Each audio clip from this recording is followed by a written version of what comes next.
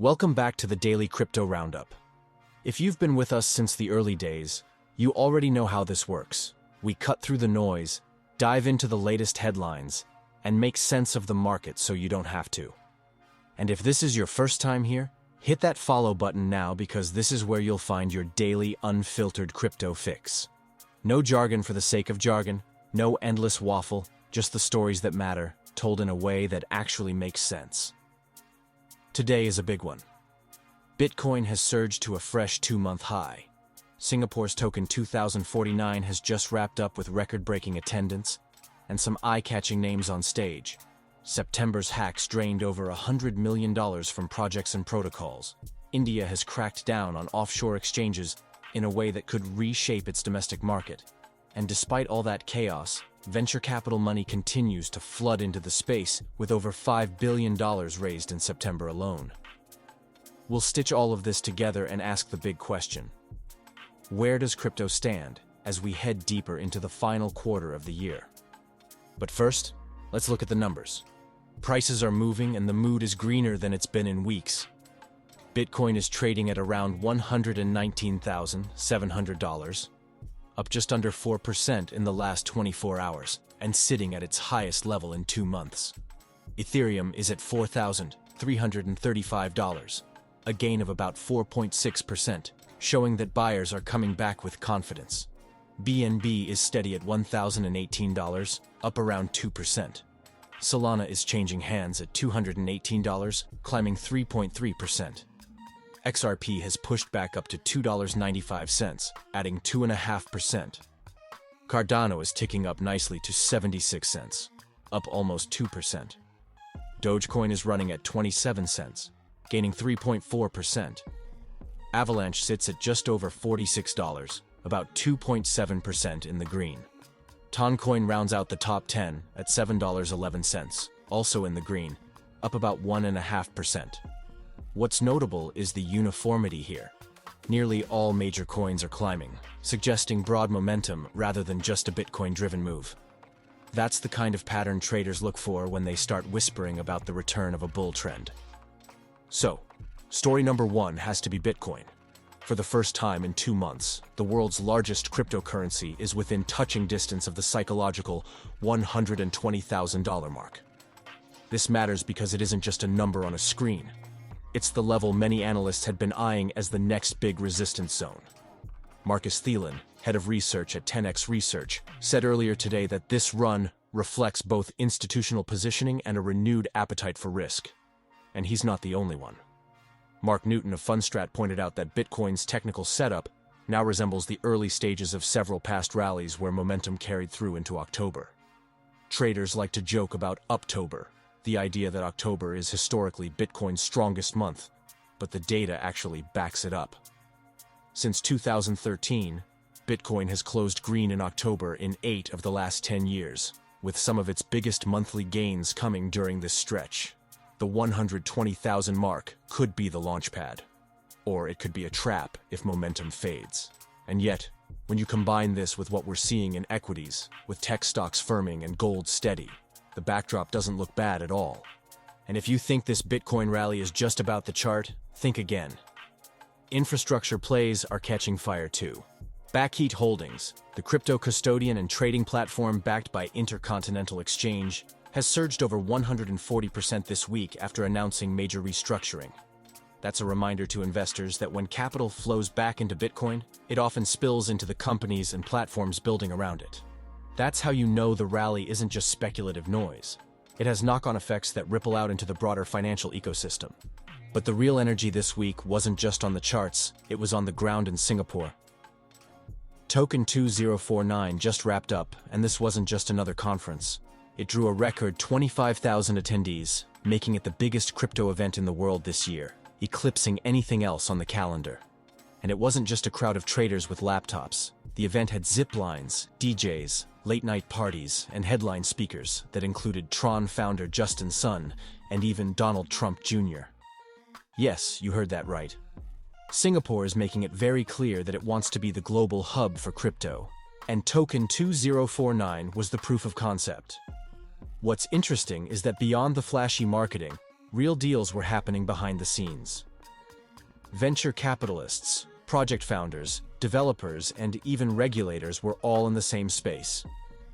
And when you have that mix, things happen. Funding rounds get closed, partnerships are born, and the momentum that starts at these events often filters into the market weeks later. Kaiko analyst Clara Medali said after attending the event that the vibe was less about survival and more about building for the next cycle. That's a significant shift.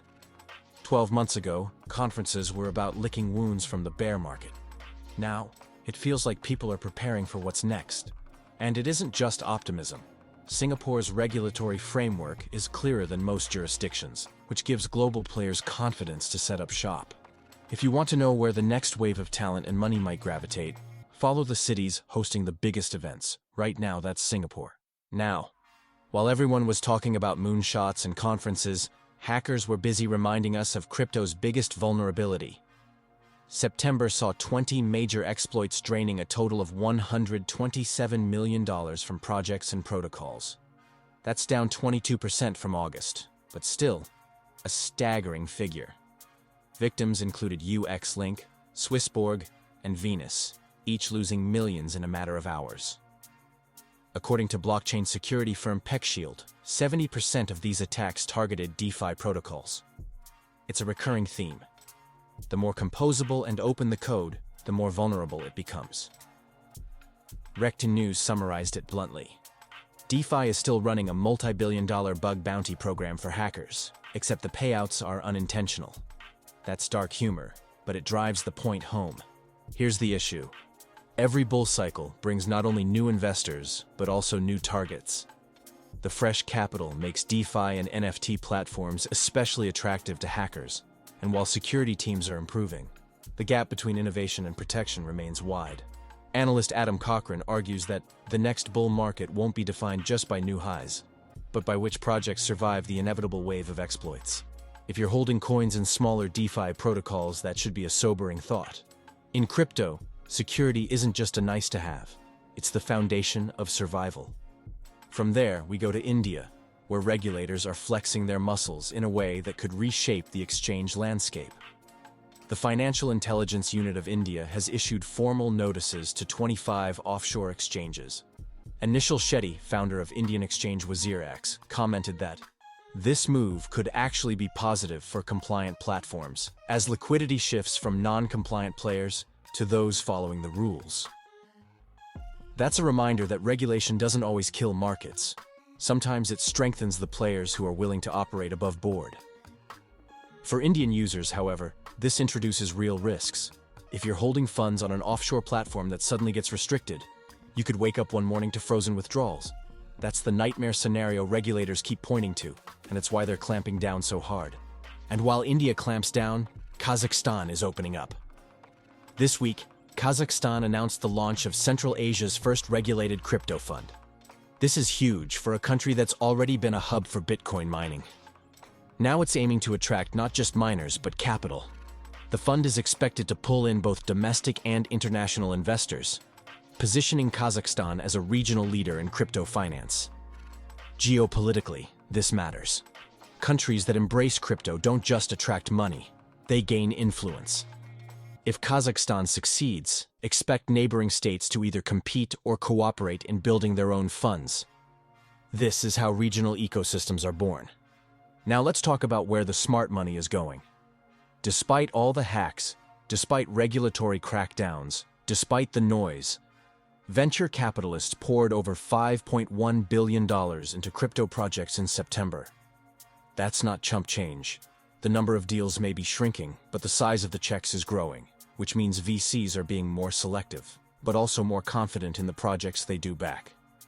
Hot sectors include decentralized finance, centralized finance, wallets, and AI-integrated crypto projects. These are the areas investors believe will not just survive the next cycle, but thrive in it. Remember, VC money is patient. They're not buying coins for a quick flip. They're funding the infrastructure that could dominate the market 3 to 5 years from now. That's why this matters, because the projects getting funded today are the ones that could be the blue chips of tomorrow. Now a quick word from our sponsor. Exchanges get hacked, protocols fail, regulations shift. The one way to truly protect your holdings is to store them in a hardware wallet. And that's why I always recommend Ledger. I've dropped the link in the description. Check it out and secure your assets before the next rally catches you off guard. Don't be the person with a screenshot of their portfolio saying, "If only I had kept it safe." Protect what's yours. Now let's zoom back out. Bitcoin's rally is the headline, but it ties directly into everything else we've talked about. When Bitcoin pushes higher, it lifts confidence across the board. TOKEN2049 showed that this isn't just online chatter. People are traveling, investing, and showing up for this industry. The hacks are the constant reminder of risk, but also the filter that forces projects to harden or die. India's crackdown is one side of regulation: restrictive, punitive, a stick. Kazakhstan's fund is the other side: welcoming, structured, an invitation. And the venture capital flows are the proof that, despite all the chaos, institutions believe there's still growth ahead. If you put all these pieces together, you see a market that's chaotic, yes, but also maturing, evolving, and setting the stage for the next phase. The truth is, crypto is at one of those inflection points.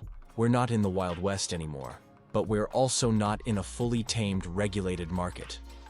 We're in the messy middle, where fortunes are made and lost quickly, and where the decisions you make now, which platforms you trust, which projects you back, how you secure your assets, can make all the difference a year from now.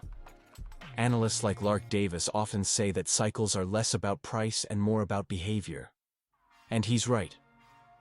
Right now, the behavior we're seeing, investors buying dips, VCs writing big checks, regulators asserting authority, conferences filling stadiums, all suggest that despite setbacks, the trajectory is still upward.